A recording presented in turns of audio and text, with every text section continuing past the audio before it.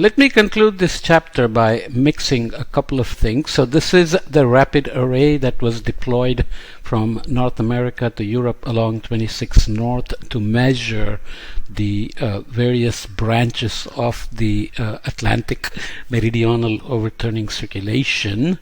And using that data, we looked at this figure before where we said there was a reduction in the overturning by about 2.7 square drips or 14% of the total since 2008.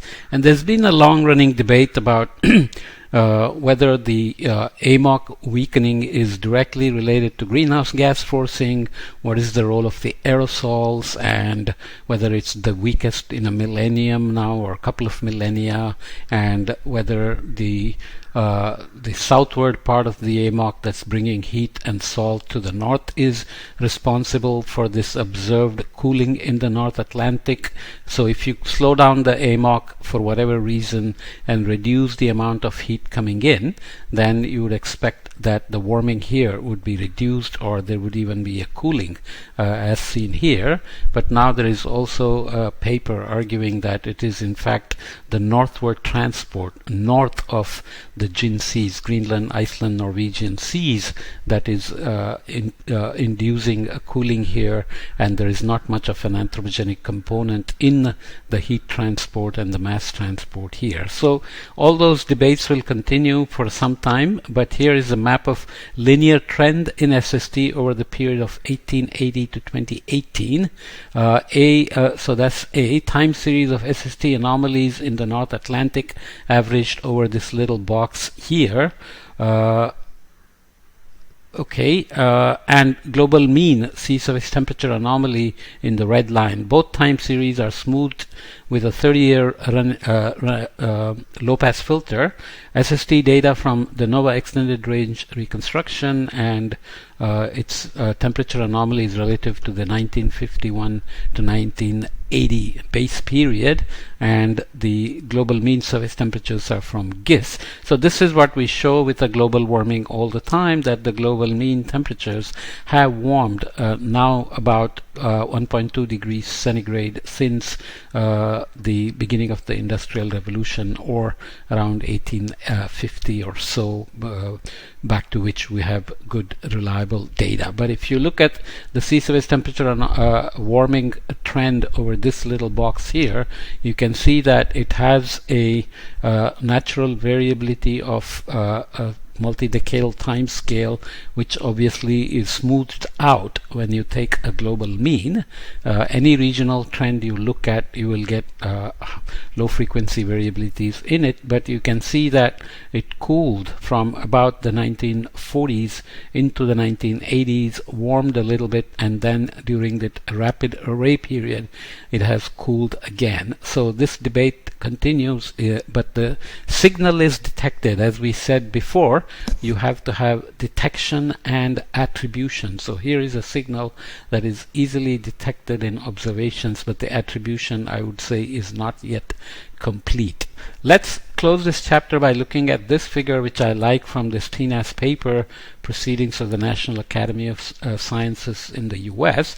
It is looking at, again, a global mean temperature anomalies with respect to a base period, which is typically 1960 to 1980 or 1990 or so. And this is going back to the time of the dinosaurs, when the meteorite strike wiped them out, and then the mammals started dominating after that.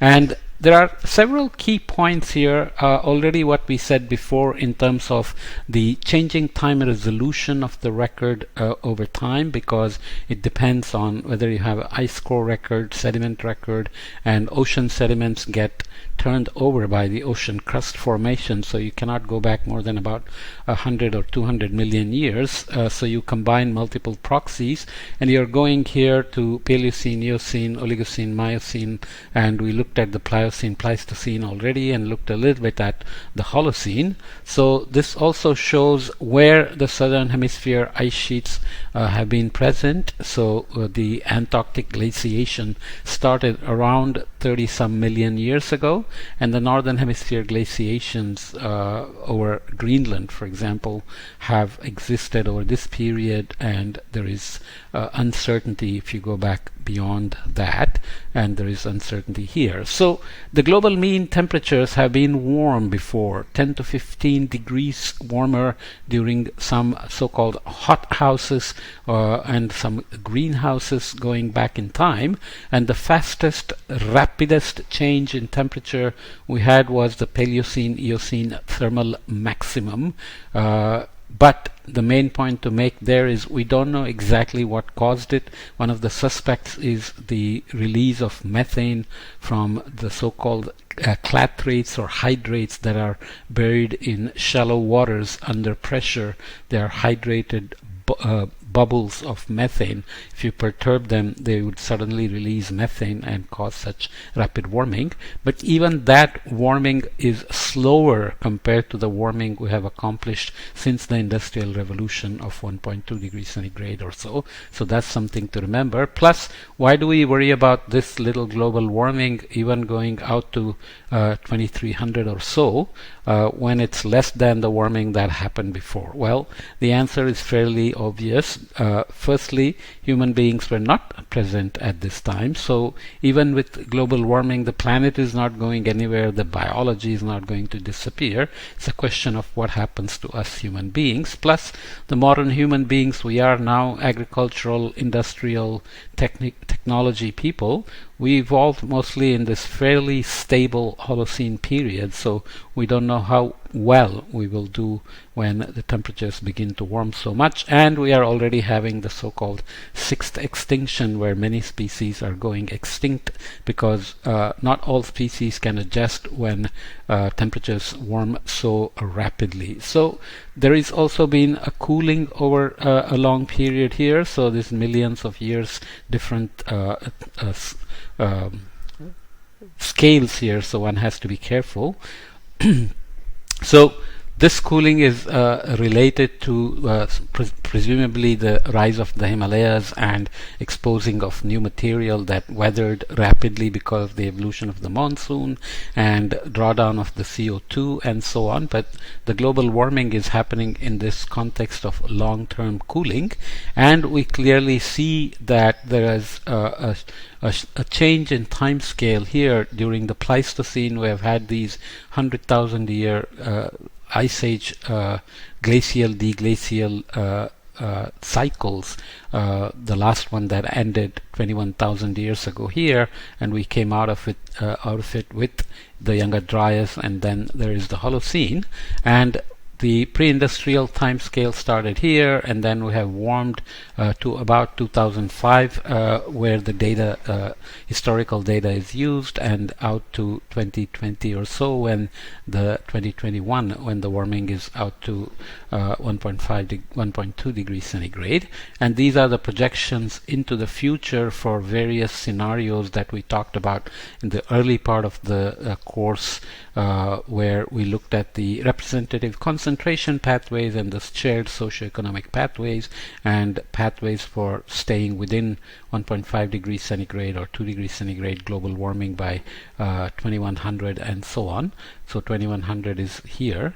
So the long-term warming will continue even if you stop emitting, because the accumulated carbon dioxide in the system since the Industrial Revolution is going to stay around for multiple centuries, and that warming will continue, which we considered in the discussion about equilibrium, climate sensitivity, and so on. So there are associated levels of carbon dioxide here which are very high. So it's the rate of warming that matters, as well as the fact that we are experiencing something that none of our human ancestors have experienced in terms of the global mean temperatures.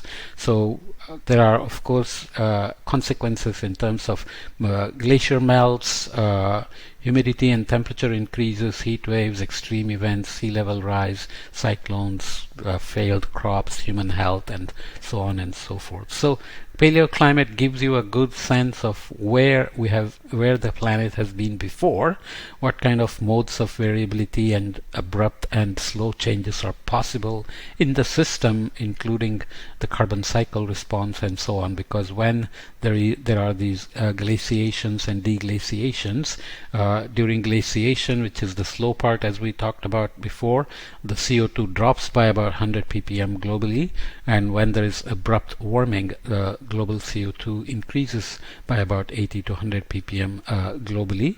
We don't understand exactly why that happens, but there are many hypotheses that are available and tested. None of them individually explains the whole change, but multiple hypotheses together, like cold temperatures being associated with a lot of dust, which does ion fertilization of the ocean, increases photosynthesis and drawdown of CO2, and so on. Such ideas exist. Also, when glaciation happens, sea level drops tremendously by 100 meters or several hundred feet, which increases availability of nutrients like phosphorus, exposes corals. Lots of other things happen which can also draw down CO2 and so on and so forth. So here is the last interglacial. Okay, so we went from 130,000 years ago when we were warm to the last ice age that ended around 20,000 years ago. We came out of it with the Younger Dryas, went into the Holocene, where we have had balmy temperatures in general, and then we have been increasing greenhouse gases and temperatures very rapidly. So these are the contexts for the broader coupled climate variability on long time scales. In this particular chapter, we have to figure out that thermohaline circulation is always involved in these kinds of climate change on low frequencies, as for example glaciation happens. Much of the northern hemisphere continents are covered by kilometers thick glaciers, North America, Europe, Asia, and so on, which changes ocean circulation, thermohaline circulation, northward heat transport, shifts the rain patterns, changes even details like the monsoon, and so on and so forth. So all those things we have to watch out for in terms of the feedbacks in the system as we are experiencing these rapid warming in the 20th century. So we will leave this chapter here in terms of the buoyancy, forcing, and ocean response, thermohaline circulation, and the slow time scale of the thermohaline circulation that leaves a lot of the heat and greenhouse gases in the ocean for extended periods. And that is still very important because, as we will see, ocean takes up about 93% of the additional energy that is being trapped by human beings by increasing the greenhouse gases. So obviously we are trapping more energy. That's what causes global warming. But of that additional energy we are trapping, 93% is going into the ocean, which is of course related to the thermohaline circulation as well, because heat doesn't diffuse down into the ocean, but it sinks at these places where water can take heat and greenhouse gases down. So ocean also takes up about 25-26% of the greenhouse gases that human beings emit. So ocean plays a great role in modulating and moderating greenhouse gases in the atmosphere and global warming rates, which we when we say that, we are referring to atmospheric warming, of course. So with ocean warming and changing thermohaline circulation, we obviously have to worry about ocean's role to continue to take up heat and greenhouse gases. So that's the main aspect of ocean's role in climate change, which is the focus of the next chapter. Okay.